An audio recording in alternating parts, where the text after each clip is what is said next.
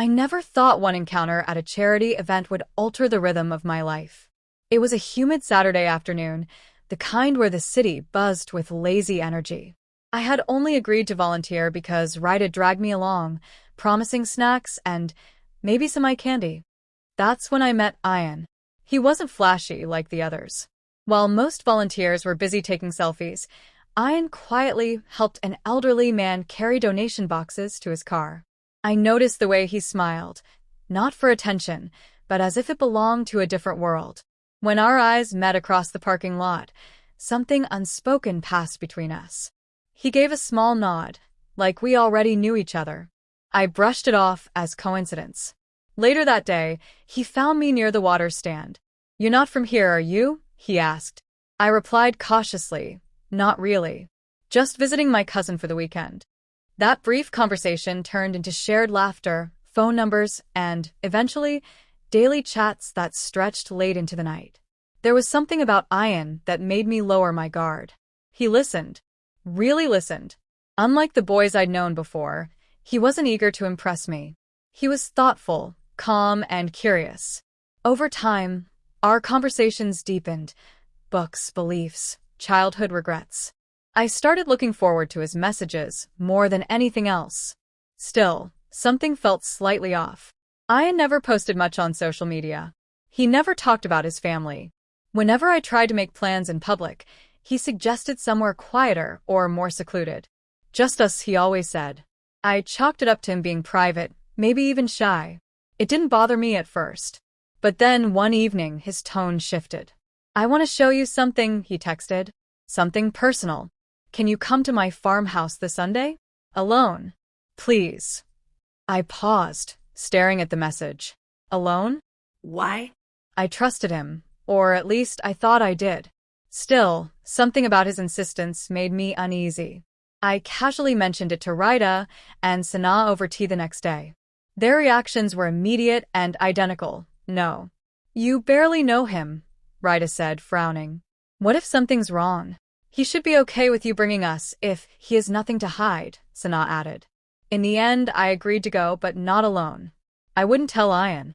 I'd drive out with Rita and Sana, have them stay in the car just in case. Maybe he'd understand.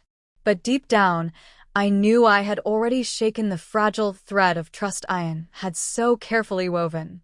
I just didn't realize yet how tightly he had been holding onto it, or how quickly it would snap. The farmhouse stood quietly at the edge of the city, surrounded by rustling trees and open fields. It looked peaceful, almost too peaceful. As I pulled up the long dirt path with Rita and Sana in the back seat, I felt my heart beating louder than the car's engine. "I'll stay close," Rita said, scanning the house with narrowed eyes. "Just honk twice if anything feels off." I nodded, trying to mask my nervousness. I told Ayan I'd come alone, and technically, I was the only one walking through the front gate. But I hadn't lied out of mistrust. I just needed assurance, backup, in case my gut feeling had any merit. He was waiting on the porch, leaning against the wooden railing, arms crossed. His phone was in his hand, but he wasn't looking at it. He looked up and froze. His eyes darted to the car parked behind me. A flicker of alarm crossed his face, followed by something harder to read. Fear, maybe. Or anger. "You brought people?" he asked sharply, not bothering to hide his displeasure. "They're just my friends. They'll stay outside," I said, forcing a light tone. "I thought it'd be safer." "You thought," he cut in. His voice was low, but tight with tension. "I asked you to come alone. I trusted you." That word again. Trusted. He said it like it was currency, and I had just robbed him blind. We walked into the farmhouse, and the air inside was thick, almost stifling. The living room was neatly arranged, but lifeless. No photos. No clutter. No sign of anyone else ever being here. He sat down and gestured for me to do the same, but his warmth was gone. His knee bounced restlessly, and he kept glancing toward the window. "I don't like surprises," he said finally. "Especially not the kind that show up uninvited." I swallowed hard. "I wasn't trying to trap you, Ayan. I just didn't feel right coming alone." His eyes met mine, and for a brief moment, something flickered. Hurt? Disappointment? I wanted this to be real, he said quietly. You and me, away from judgment, noise, and drama. But you brought your world into mine unannounced. His words hung in the air like smoke. I tried to reason with him, to lighten the mood, but he had already shut down. I think it's best you leave, he said, standing up abruptly. Maybe this wasn't meant to be. Stunned, I walked out without a word. As I stepped back into the sunlight, Rita opened the car door. You okay? She asked. I nodded, but my mind raced. Ayan hadn't just been scared, he was hiding something. And whatever it was, it didn't want company. The drive home from the farmhouse was painfully silent. Rita and Sana exchanged glances, but no one said a word until we hit the main road. He didn't just overreact, Sana finally said. He looked terrified, like he had something to lose. I stared out the window, her words echoing in my mind. Ayan's reaction had been too extreme, too rehearsed. And that unease I'd always felt around the edges of our relationship, it wasn't just nerves. It was warning me. That night, I couldn't sleep. I kept replaying every conversation, every moment we'd shared. The subtle deflections, the secrecy, the fact that I never met any of his friends, or even saw a single photo of his family. I had ignored so much, hoping love would smooth over the cracks. But now I needed the truth. With Rita's help, we began digging. Nothing illegal, nothing invasive, just light social media sleuthing and a few discreet messages to mutual contacts from the charity circle. What we found hit me like a punch to the chest. Ayan wasn't single. Not emotionally, and certainly not officially. He was engaged, an arranged marriage, set by his family months ago. The girl was from his home village, and their engagement photos, though not widely circulated, existed on a private Facebook account linked to his cousin. The facade he'd built with me, quiet, romantic, exclusive, was just that, a facade. Worse, whispers surfaced from other girls who had once volunteered with him.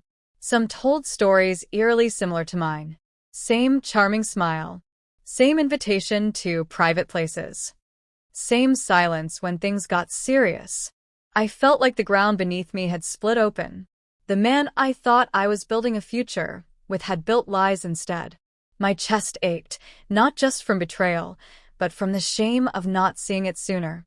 I texted him, my fingers trembling. Why didn't you just tell me the truth? He replied hours later. Because you wouldn't have stayed. You ruined everything by not trusting me. That was it. No apology. No explanation. Just blame. As if I had betrayed him by not walking blindly into a trap. I showed the messages to Rita. She didn't say anything at first, then simply whispered, "He was never afraid of you. He was afraid of being seen." That sentence stayed with me. It was never about love for him, it was about control. Keeping me isolated meant keeping his secrets intact. I had stepped out of line by showing up with backup, and that ruined his game. Now I saw everything clearly. But clarity doesn't numb the pain. It only sharpens it. I didn't cry when I blocked Ayan. I didn't rage, didn't write a dramatic post or send him a final message. I simply deleted every trace of him. Our chats, photos, even the playlist he made for me. It was painful, yes, but it was also powerful. In the days that followed, I found myself in unfamiliar silence. No more late-night messages, no more sudden butterflies at the sight of his name. But beneath that silence, something else emerged: clarity. I had confused secrecy for romance. I had mistaken privacy for depth. And worst of all, I had allowed someone to make me feel guilty for protecting myself. Rita and Sana stuck close. They never said, "I told you so." Instead, they brought over food, stayed up with me on sleepless nights, and reminded me of the version of myself I was before Ayan ever came into the picture. And slowly, I began to rebuild. I journaled more. I started a blog anonymously, sharing my experience, not with bitterness, but as a warning. The post went viral in a quiet way.